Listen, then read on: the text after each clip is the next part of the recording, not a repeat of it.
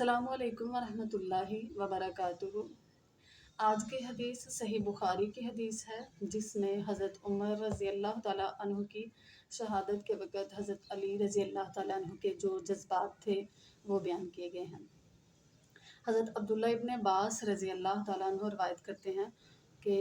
जब हज़रत उमर रज़ी अल्लाह ताला अन्हु की शहादत के बाद उनका जस्दे खाके चारपाई पर रखा गया, तो इस दौरान हज़रत अली रज़ी अल्लाह ताला अन्हु तशरीफ़ लाए। उन्होंने हज़रत अब्दुल्ला इब्न अब्बास रज़ी अल्लाह ताला अन्हु के कंधे पर हाथ रखा और फिर हज़रत उमर रज़ी अल्लाह ताला अन्हु के लिए दुआए रहमत की और कहा,